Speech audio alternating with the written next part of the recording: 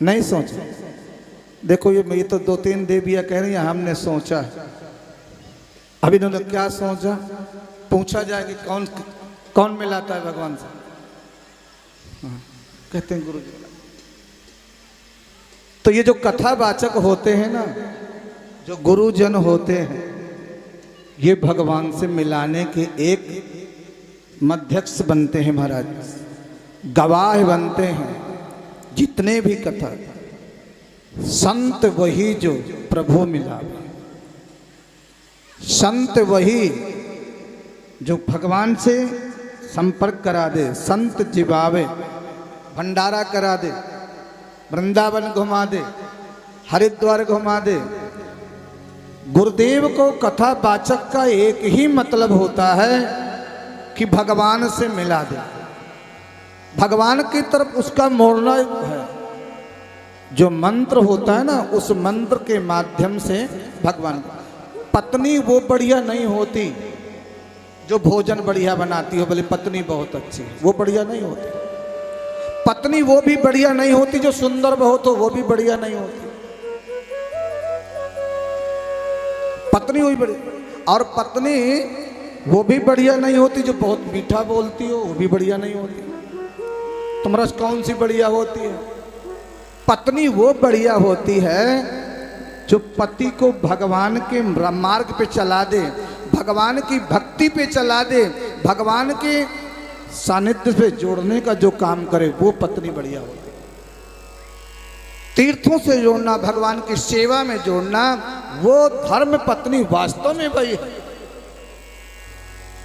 वो पत्नी सबसे जो भगवान से प्रेम करे, भगवान को ही मिलाए, भगवान का ही गुणगान करे, भगवान की ही सेवा में कार्य बटाए, वही वास्तव में धर्म पत्नी है।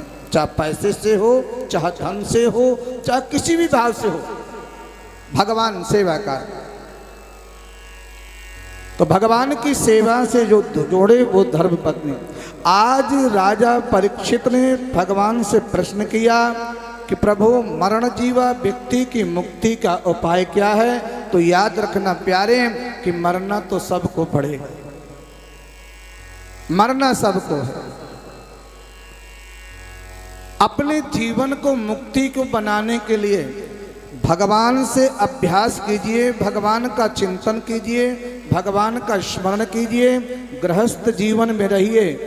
लेकिन गृहस्थ जीवन जो होता है प्यारे, नाना प्रकार के जंजाल हैं, और इस जंजाल से छूटने के लिए एक भगवान, क्योंकि बैतरणी नदी यदि पार होना है, यदि हमें जो है नरकों से बचना है, तो नौका रूपी भागवत का सहारा लेना होगा, भगवान की कथा का सहारा लेना होगा, और भगवान से प्रेम करना होगा। काम करो, भगवान से प्रेम करो। वो सेठ लोग, वो भक्त लोग, वो सज्जन लोग, आप लोगों ने देखा होगा 108 भागवत कथा सुनाते हैं, 1108 ब्राह्मण बैठाते हैं, 108 भागवत। जरा अनुभव कीजिए, जिसने एक बारी में 108 भागवत सुन ली या करा ली उसने, तो जरा अनुभव कीजिए उसका फल कितना मिलता हो। एक छोटी सी भागवत 2 घंटा 1 दिन की पूजा से आपको फल बहुत सारा मिलता है। आज हम एक भक्त के पास गए, क्योंकि आपको पता है ये भागवत कथा प्रतिवर्ष होती है, कभी दिवाली के बाद होती है, तो कभी दिवाली के साल पहले होती जरूर है हर वर्ष। और हमने पहले कथा होती, क्योंकि भागवत कथा एक व्यक्ति असंभव है कराना, नहीं करा सकता। भागवत कथा ये कोई लेक्चर नहीं है महाराज, ये साक्षात कृष्ण है, ये भक्तिपूर्ण अनुष्ठान है। इसमें नेम और संयम बहुत लगते हैं। 7 दिन तक भागवत सुनने के लिए ब्रह्मचर्य का पालन करना चाहिए, झूठ नहीं बोलना चाहिए, किसी की निंदा नहीं सुनना चाहिए, न करना चाहिए और न सुनना चाहिए। और ऐसा प्रयास करना चाहिए कि मेरी वाणी के द्वारा किसी का अपमान ना हो जाए। और तुम्हारी वाणी से जिसका सम्मान हुआ है, प्रयास करना अपने से बड़ों का, अपने माता पिता गुरु संत का मेरी वाणी के द्वारा हमेशा सम्मान होता रहे, कभी मेरी वाणी के द्वारा अपमान न हो जाए। हम आज गए और उस भक्त ने कहा, महाराज आपने जब आज से 12-13 साल पहले जो आपने जो कथा किया था, वहाँ पे हमने जन्म वाले दिन जो है पूजन किया था महाराज, और वहाँ हमने रसगुल्ले का प्रसाद बांटा था। आपकी कथा में पूजन करने से हमें इतना लाभ हुआ था, व्यापार में इतना हमें लाभ हुआ था, उस दिन से हम आपकी कथा में पूर्ण विश्वास करते हैं महाराज, कोई भी सेवा। तो भगवान की कथा में आने से सुखदेव जी महाराज कहते हैं, राजन संपूर्ण सुख आपको मिलेगा भागवत कथा में आने से। भक्तवत्सल भगवान की जय। संपूर्ण फल मिलता है भागवत कथा में आने से। भागवत में लिखा है कि अकामा सर्व कामो वा मोक्ष कामा उदारधि तीव्रेण भक्ति योगेन यजेत पुरुषं परम। भक्ति भी मिलेगी, अकामः सर्व कामाव, जो भी कामना है जीवन में समस्त कामना पूरी होगी प्यारे। और भगवान की भक्ति करने से मेरे गोविंद प्रसन्न होते हैं और अपना निज धाम बाद में देते हैं। समस्त कामना की जो पूर्ति है भगवान की कथा से होती है प्यारे। सुंदर प्रश्न करके राजा परीक्षित ने कोई स्तुति नहीं किया कि बरिया ने सते प्रश्न कृतो लोक रहितम नृपा आत्मविद सम्मतः पुंसा श्रोतव्यादिसूया परा। अकामा सर्व कामो वा मोक्ष कामो उदारधि। सुंदर प्रश्न किया और सुखदेव जी महाराज प्रार्थना भी नहीं किए, स्तुति भी नहीं किए, और तुरंत बोले, राजन सबसे पहले तो प्रातःकाल जगने का प्रयास करना। प्रातःकाल जल्दी जगना चाहिए। प्रातःकाल जितासनो जितश्वासो जितचंगो जितेंद्रियाः, प्राणायाम आदि करना चाहिए। भगवान सूर्य को अर्घ देना चाहिए और सूर्य भगवान को भी वंदन प्रणाम करना चाहिए। ऐसा कर राजा खटवांग ने 4 घड़ी में ही भगवान को प्राप्त कर लिया था। एक बारी 10 इंद्रियां मिलकर के भगवान को अगर याद करोगे, भगवान तुरंत कृपा करते हैं। काशी जाएं, गंगा जाएं, कहीं तीर्थ में जाएं, मनसा वाचा कर्मणा से भगवान का चिंतन करना चाहिए। वहां जितना हो सके भगवान के प्रति तीर्थों में जाओ, कोई कंजूसी नहीं। भगवान ने जो दिया है उस भाग को 10 अंश भगवान को देना चाहिए। तीर्थ जो संतों के जो आश्रम है, अगर संतों के यहाँ तुमने भोजन किया है तो ये अनुभव लगाना कि संत का जो आश्रम चलता है, तीर्थ जो चलते हैं, हमारे पैसों से चलते हैं, हमारे धन से चलता है। तो वहाँ तीर्थों में जाओ तो संतों के यहाँ अगर भोजन किया है, प्रसाद पाया है, संतों की प्रसादी लिया है प्यारे, तो उसका आप जो है दान बढ़ा के दीजिए। भार नहीं लेना चाहिए, बढ़ा के देना चाहिए। और कंजूस जैसे भक्त तो बनना नहीं चाहिए। सुखदेव जी महाराज कहते हैं, संतों के प्रति कभी कंजूसी नहीं होना चाहिए, भगवान के प्रति कोई कंजूसी नहीं। हम जो भगवान का जो दान देते हैं, जो तीर्थों में जो कथा में जो दान करते हैं, उस दान का हमें 100 गुना फल मिलता है। जो भी तुमने दान किया है उसका आपको 100 गुना भगवान करके वापस करते हैं। सुखदेव जी महाराज कहते हैं कि भगवान सर्वत्र हैं, अगर मैं दिखता हूं तो लोग ये कहते हैं भगवान आ गए। संत का, गुरु का, कथावाचक का एक ही काम होता है कि भक्तों का पैसा लेकर के भंडारा लगा दे, भक्तों का पैसा लेकर के दूसरे की सेवा कर दे। जो दूसरों की सेवा करता है किससे? भक्तों के पैसे से महाराज बहुत बड़ा उपकार होता है। और मैंने एक बारी बताया था, एक बहुत बड़े सेठ जी थे और वो बिहारी जी गए थे दर्शन करने के लिए। बिहारी जी जब दर्शन करने के लिए गए, विदेश जाना था उनको, तो भगवान के दर्शन करने के लिए गए। और वहाँ जब दर्शन करके गए तो बिहारी जी का कुछ दक्षिणा चढ़ाने लग गए, दान पात्र में डालने लग गए। तो आपने देखा होगा कि अब तो बिहारी जी में बहुत भीड़ होती है। पहले तो इतनी भीड़ नहीं होती थी जब हम लोग विद्या अध्ययन करते थे। अब महाराज बिहारी जी में महाराज किसी भी दिन चले जाओ, वृंदावन में कभी भी जाओ, बहुत भीड़ होती है। शनिवार संडे को तो महाराज भीड़ इतनी होती है, कोई सीमा नहीं भीड़ की। इसलिए उनका पर्स बिहारी जी के मंदिर में छूट गया। जब पर्स छूट गया, वहां से गए तो कोई एक भिखारी आया, वो पर्स को ले गया।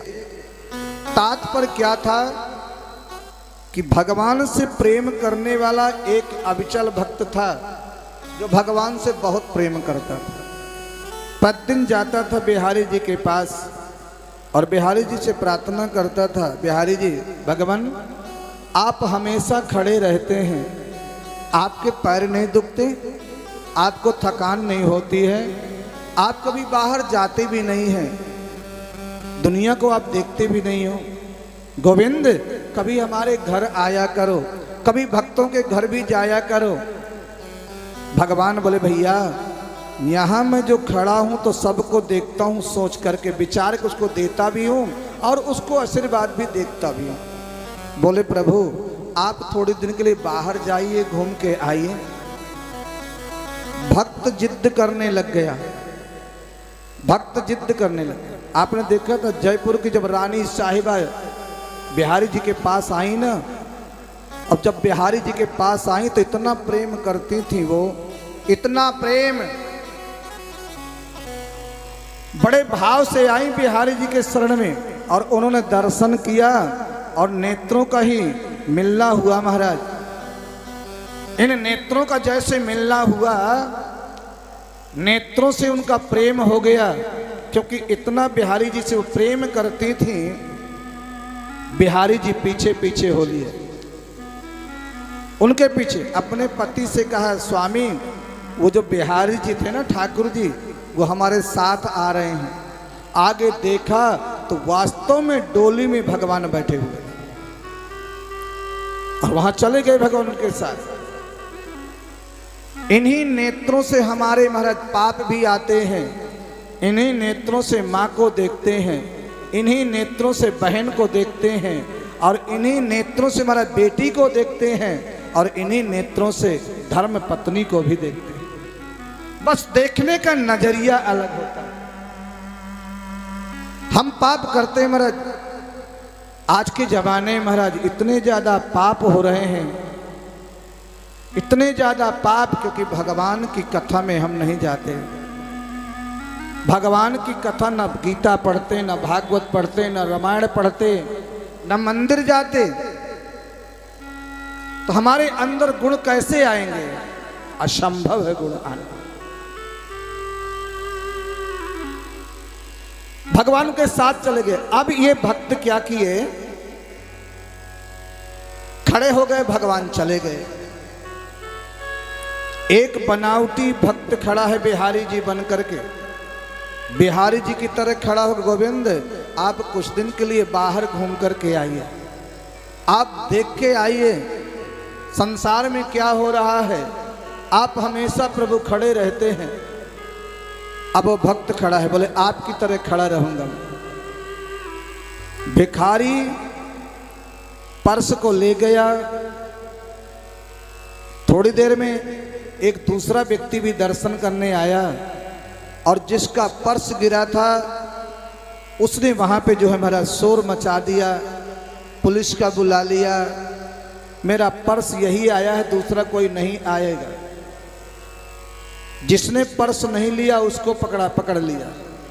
तुम्हारे अलावा कोई नहीं आया है, तुम ही एक आए हो और कोई दूसरा नहीं आया।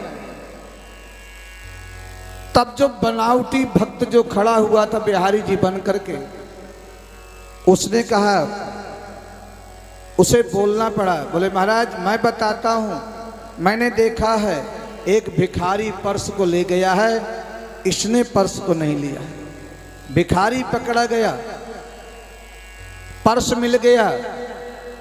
जब भगवान वापस आए, भगवान ने कहा भैया ठीक रहा क्या, सब ठीक रहा?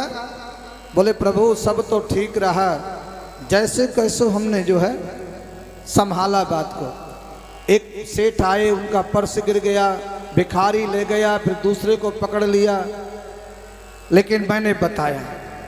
भगवान कहते हैं भैया तुमने बहुत गलत किया है। क्यों? भगवान सबको भोजन देते हैं, चींटी को भी, हाथी को भी, मनुष्य को भी, पक्षी को भी। किसके हाथों से किसको भोजन मिल रहा है? ये मेरे गोविंद के हाथ में है, ये मेरे ठाकुर के हाथ में है, मनुष्य के हाथ में। भगवान कभी भी किसी को भूखा नहीं सुलाते, सबको परमात्मा देते हैं। आज भगवान ने कहा, वो जो सेठ जी आए थे, जो भगत जी आए थे, उनके पास पैसा बहुत है लेकिन वो कंजूस बहुत है। कभी उन्होंने किसी भिखारी, किसी गरीब को दान नहीं किया। उनका पर्स गिरा करके मैं भिखारी के परिवार को जो भोजन नहीं मिला, बहुत गरीब है, 4 दिन से उनके घर में, 4 दिन से उसके घर में रसोई में चूल्हे में आग नहीं जली। मैंने उनका पर्स गिरा करके उस गरीब व्यक्ति के बच्चों का भोजन की व्यवस्था किया है। और हाँ, जो राजा, जो दूसरा राजा था वो विदेश जा रहा था, उसकी यहाँ मृत्यु लिखी हुई थी और मैंने उसकी मृत्यु को बचाने का प्रयास किया था। तुमने सब कुछ गड़बड़ कर दिया। करने का भाव अर्थ यह है प्यारे, भगवान कहते हैं, मेरे गोविंद कहते हैं, तुम्हारी जहां सोच खत्म हो जाती है उसके बाद भगवान की सोच प्रारंभ होती है। हमारी बुद्धि से भगवान की बुद्धि बहुत परे है।